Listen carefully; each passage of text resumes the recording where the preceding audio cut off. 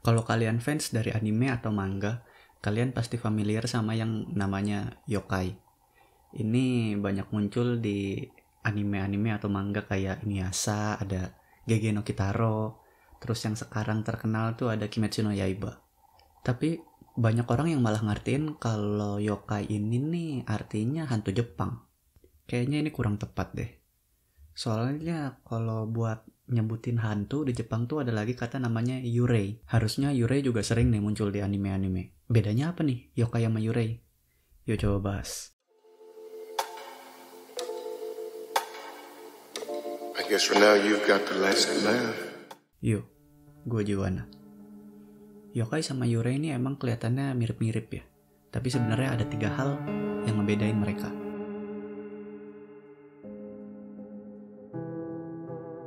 Singkatnya, yokai itu imajinasi, hal, atau fenomena misterius yang di luar nalar dan tidak bisa dijelaskan oleh akal sehat manusia. Sedangkan kalau yurei itu adalah jiwa atau arwah atau ruh dari orang yang udah meninggal secara tidak wajar dan jiwanya tidak tenang. Jadi dia masih ada penyesalan di dunia. Kalau dari deskripsi ini, yokai itu sangat luas pengertiannya. Yokai itu bisa jadi penyakit aneh atau langkah kaki misterius di tengah malam. Atau cuma sekedar hal-hal yang orang zaman dulu nggak bisa dijelasin. Nah, ini semua nih bisa disebut yokai. Ini semua dikarenakan kepercayaan mayoritas di Jepang tuh kan Shinto ya. Dimana Shinto tuh percaya kalau semua hal atau kejadian itu memiliki nyawanya sendiri atau jiwanya sendiri. Ini termasuk ke gunung, sungai, bahkan sampai ke ombak. Jiwa dari benda-benda mati ini biasanya disebut dengan kami. Nah, buat ngebahas kami kayaknya kapan-kapan deh kita coba bahas. Yokai ini maknanya sangat luas, bener-bener bisa apa aja. Bisa roh payung, bisa bentuk kucing, atau bisa bentuk manusia itu sendiri, kayak Yuki Onna. Sedangkan untuk yurei itu ya setan gentayangan, hantu gentayangan. Dimana dia tadinya tuh ya dulunya manusia, terus dia meninggal secara tidak wajar, misalnya dibunuh sama suaminya, terus akhirnya dia meninggal dengan penyesalan dan dendam, rohnya tidak bisa naik ke kahyangan. Terus ya dia menghantui suaminya dan orang-orang di sekitarnya untuk pembalasan dendam.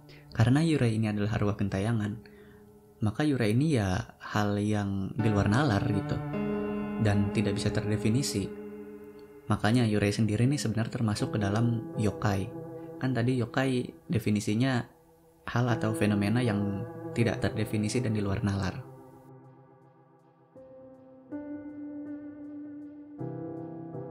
Sekarang kita coba bahas dari sejarah keduanya, biar lebih jelas. Sejarah yokai bisa kita telusuri dari zaman kuno. Di buku tertua di Jepang itu ada Kojiki dan ada Nihon Shoki, yang hadir kembali di pertengahan abad ke-12, di zaman Kamakura. Saat gambaran buku ini dijadikan referensi untuk gulungan dan buku di saat itu. Dengan gambar yang paling terkenal, Hiyaki Yagyo. Saat zaman Edo mulai tentram, budaya cerita horor mulai populer dan menjadi varian hiburan di Jepang. Kayak kalau zaman sekarang sih kita nonton film horor gitu. Selain populer buat jadi cerita horor, di saat itu yokai bahkan sampai populer buat dijadiin mainan dan dijadiin buat inspirasi untuk ukiyo-e. Nah, kalau sekarang nih kesan yokai itu nggak cuma serem gitu, kayaknya keren dan lucu juga, kayak Hiei sama Jibanyan. Sedangkan untuk yurei baru muncul belakangan di zaman Heian menurut beberapa literatur. Tidak seperti yokai, bahkan saat gulungan dan buku sudah ditemukan, tidak ada gambaran yang menuliskan soal yurei. Malahan adanya teater seni Jepang. Yang teater tentang yurei ini nih baru ada di zaman Muromachi. Di masa kedamaian zaman Edo saat cerita horor mulai populer, cerita dan gambar soal yurei ini juga baru mulai dibuat. Sampai akhirnya gambaran tentang yokai dan yurei di zaman itu bertahan sampai saat ini. Jadi yokai dan yurei yang kita kenal sampai saat ini tuh rata-rata emang udah terkenal dari zaman Edo. Nah, dari sini kita tahu kalau yokai itu udah dinikmatin lebih dulu untuk hiburan tentu saja dibanding yurei. Mungkin ini karena orang-orang Jepang zaman dulu tuh mikirnya kalau yokai itu ya masih belum pasti gitu, masih di luar nalar.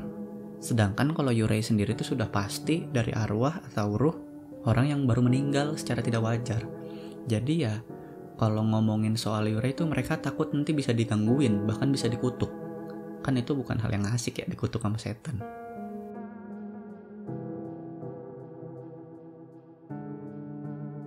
Sebenarnya kalau dari penampilannya nggak terlalu susah nih buat ngebedain antara yokai dan yurei. Karena yurei punya 3 hal pasti.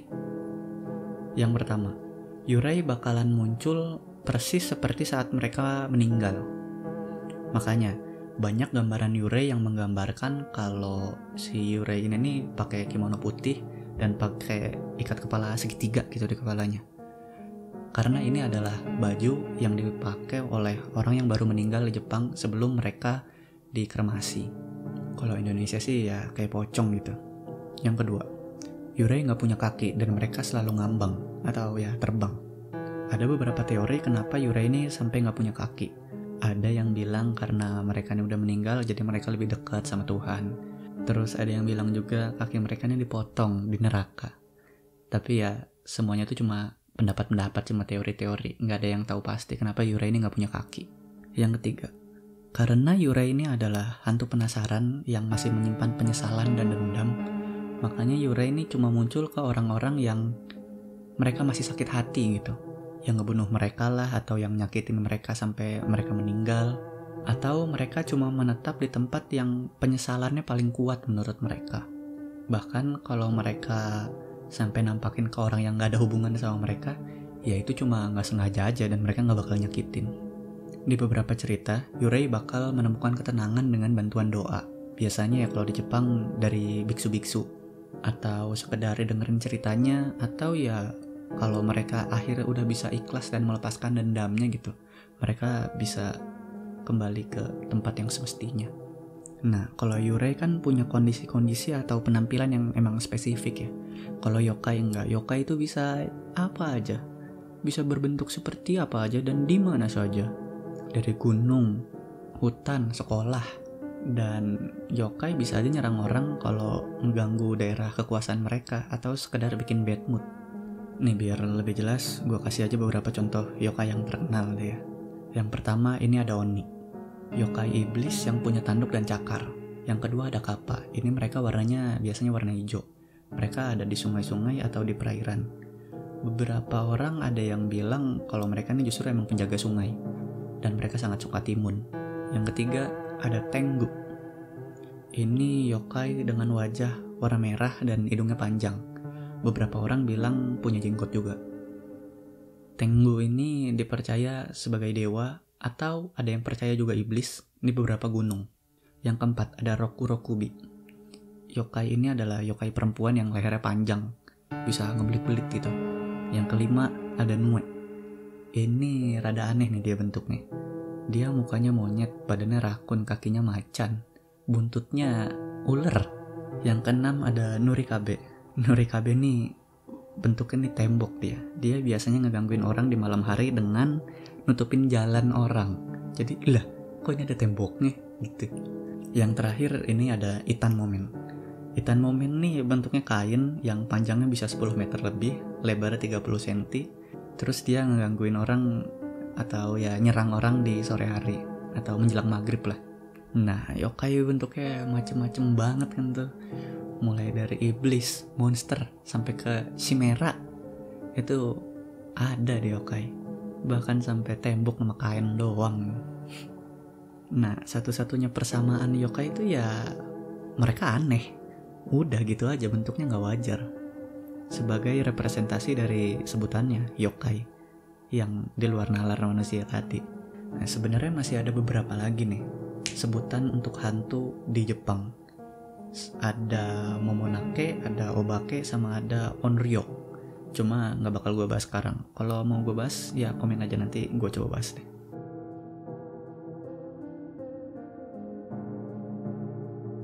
Biar gampang, kalau denger tadi muter-muter ribet, kita bikin kesimpulan.